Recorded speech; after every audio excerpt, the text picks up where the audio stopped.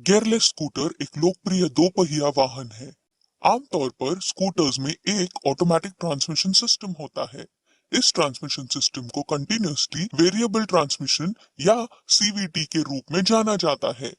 हम एक सरल सेटअप का उपयोग करके सीवीटी के सिद्धांत को समझ सकते हैं। इसमें एक ड्राइवर पुली और एक ड्रिवन पुली होते हैं, जिसके डायमीटर्स परिवर्तित किए जा सकते हैं। एक वी बेल्ट इन दो पुलीज के बीच में चलता है।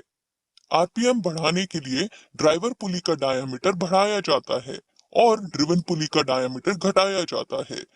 इसको ठीक विपरीत करने से आरपीएम कम हो जाता है और टॉर्क बढ़ जाता है। लेकिन जैसा इस एनिमेशन में दिखाया गया है, वैसा पुलिस के डायमीटर्स को बदलना संभव नहीं है। इसीलिए स्कूटर्स में विभिन्न मैकेनिज्म्स का उपयोग करके पुलिस के डायमीटर्स बदले जाते हैं। इसके लिए एक वेरिएटर असेंबली का उपयोग किया जाता है। इसमें दो कोनिकल प्लेट्स मिलके एक पुली बनता है। इन दो प्लेट्स में से एक इनपुट शाफ्ट में फिक्स्ड होता है और दूसरा अपनी एक्सिस पर स्लाइड कर सकता है। इन प्लेट्स के बीच एक वी बेल्ट चलती है। पीछे की तरफ भी दो कोनिकल प्लेट्स होते हैं, जिसके बीच बेल्ट चलती है। इनमें से एक प्लेट आउटपुट शाफ्ट के साथ फिक्स्ड होता है और दूसरा प्लेट स्लाइड कर सकता है।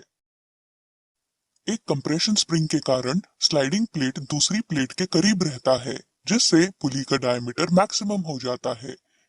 इसी बीच ड्राइवर पुली में वी बेल्ट की एक्सियल स्टिफनेस स्लाइडिंग कोन को बाहर की तरफ धकेलता है। इसके कारण ड्राइवर पुली का डायमीटर मिनिमम हो जाता है। ये हाई टॉर्क लो आरपीएम की स्थिति है।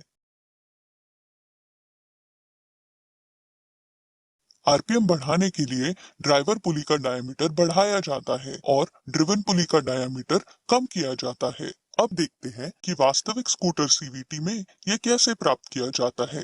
ड्राइवर पुली की स्लाइडिंग कोनिकल प्लेट के अंदर रोलर्स या स्लाइडर्स होते हैं। जब आरपीएम कम होता है, तब रोलर्स पुली के सेंटर की पास में रहते हैं।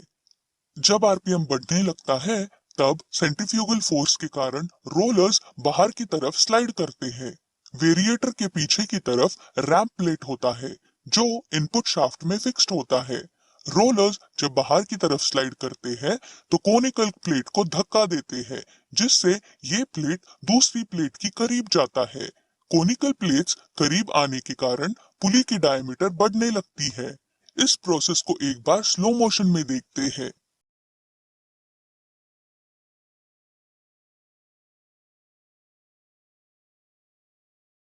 यह हाई आरपीएम लो टॉर्क की स्थिति है। इस ट्रांसमिशन सिस्टम में एक सेंट्रीफ्यूगल क्लच का भी उपयोग किया जाता है। इसके भीतरी हिस्से में फ्लाईवेट्स और टेंशन स्प्रिंग्स होते हैं। फ्लाईवेट्स पुली के साथ जुड़े होते हैं। क्लच हाउसिंग आउटपुट शाफ्ट से जुड़ा होता है। जब आरपीएम बढ़ जाता है, तब फ्लाईवेट्स के फ्रिक्शन लाइनिंग्स क्लच हाउसिंग से एंगेज हो जाते हैं।